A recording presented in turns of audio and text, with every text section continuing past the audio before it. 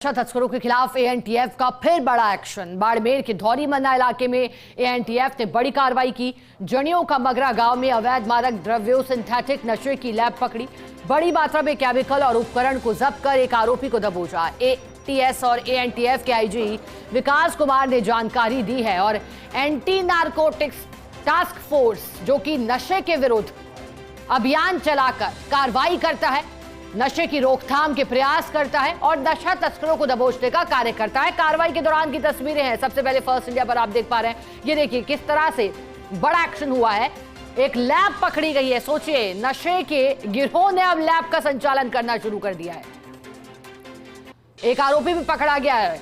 बड़ी मात्रा में केमिकल और उपकरण पकड़े गए हैं। ये पता लगा रही है पुलिस की और एएनटीएफ की टीमें कि नशे का जाल और कहां तक बिछा है, लैब और कहां संचालित हो रही है।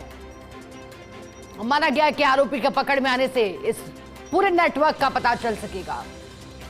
आईजी विकास कुमार ने जानकारी दी है पूरी कार्रवाई को लेकर। भूमिका इसमें निभाई है कई पुलिसकर्मियों ने भी। धौरी मन्ना इलाके की घटना, और देखिए सुनसान इलाके में ये लैब संचालित कर रहे थे।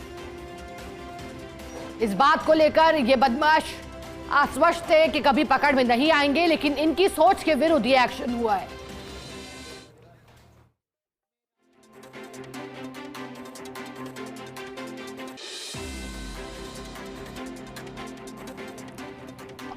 और चलिए हमारे साथ एटीएस एएनटीएफ आईजी विकास कुमार जुड़े हैं।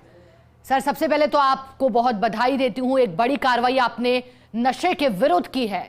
इस कामयाबी में क्या सफलता आपको और पूरी टीम को हाथ लगी? कैसे नाक में दम करने का सर कार्य कर रहे थे? सबसे पहले तो मैं सबको बधाई देना चाहूंगा, पूरी राजस्थान की जनता को बधाई देना चाहूंगा कि नशे के खिलाफ यह जो अभियान चल रहा है इसमें लोगों का लगातार सहयोग मिल रहा है और हम लोग अपने पूरे प्रदेश को नशे के प्रकोप से मुक्त करने की दिशा में बहुत तेजी से आगे बढ़ रहे हैं।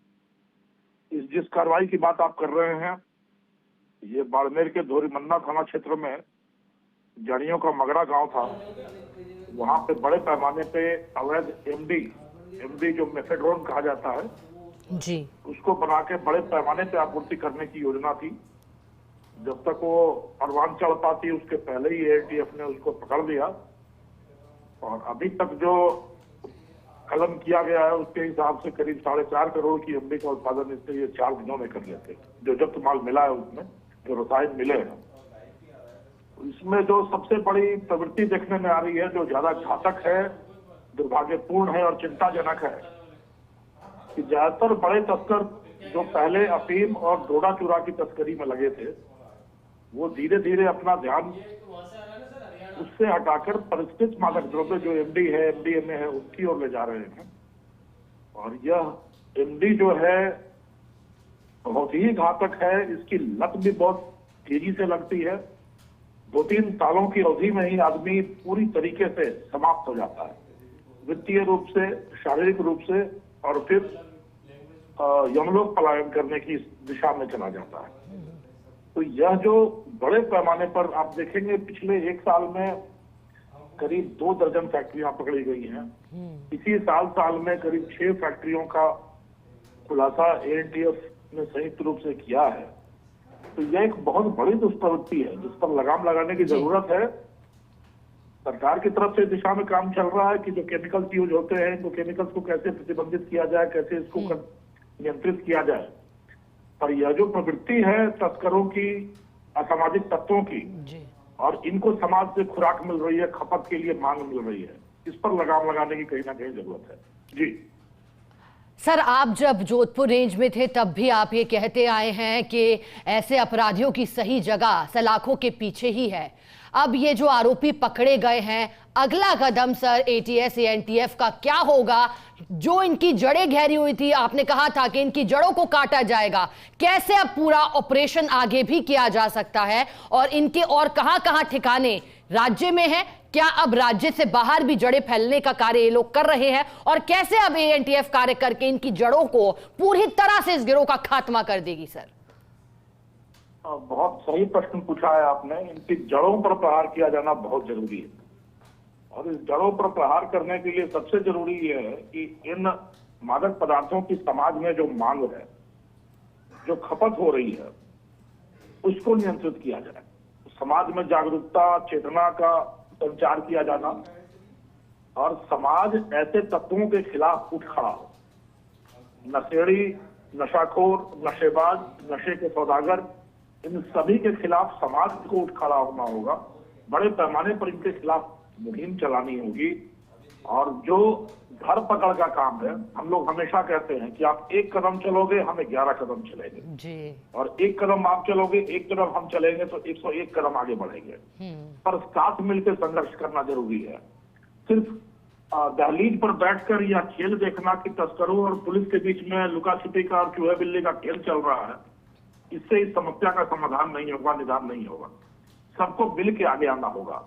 अब यदि मैं बताऊं तो पिछले 2 सालों में हम लोगों ने करीब 250 ऐसे स्वयंभू सरगनाओं को, ऐसे मुख्य सूत्रधारों को उनके ठिकाने तक, उनकी मंजिल तक पहुंचाया है। और यह संख्या रक्तबीज की तरह बढ़ती जा रही है।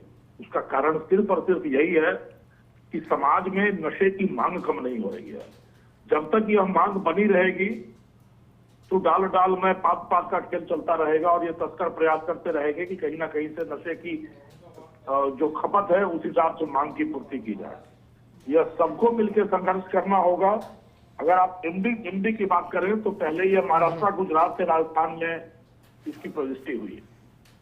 फिर दूसरा चरण यह आया जब हम लोग महाराष्ट्र और गुजरात से कच्चा माल लाकर और वहां से विशेषज्ञ लाकर यहाँ बनवाना शुरू हुआ। और अभी हम तीसरे फेज में आ गए हैं जब विशेषज्ञों की भी जरूरत नहीं पड़ रही है। यहीं के लोकल लोगों ने, स्थानीय लोगों ने सीख कर एमडी बनाना सीख लिया है। यह बड़ी भयावह स्थिति है।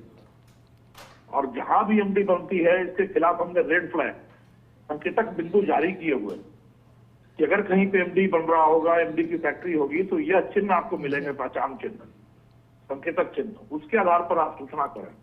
तो जब यह जन जागृति जगेगी, हम सब मिलकर संघर्ष करेंगे, तभी इन तत्वों का पैर उखड़ पाएगा। एएनटीएफ, राजस्थान पुलिस तब तक सांस नहीं लेगी, तब तक विश्राम नहीं करेगी जब तक हम इसको जड़ों से सफाया नहीं कर देते। पर हमारा काम तभी आसान होगा जब समाज के सभी अवयव, सभी विधाएं हमारे साथ मिलेंगी और नशे के खिलाफ एक महासंग्राम का बिगुल बजाया जाएगा। जी बिल्कुल सर। और आप जैसे होनहार पुलिस अधिकारी के चलते ही कह सकते हैं कि दिन हो या रात, धूप हो या बरसात, आप और आपकी पूरी टीम देश की सेवा में सर समर्पित है। और मैं तहे दिल से इसके लिए आपका धन्यवाद भी करती हूं और आपका बहुत बहुत सम्मान भी करती हूं। बहुत शुक्रिया आपका विकास कुमार जी साथ जुड़ने के लिए, फर्स्ट इंडिया के लिए और हमें जानकारी देने के लिए।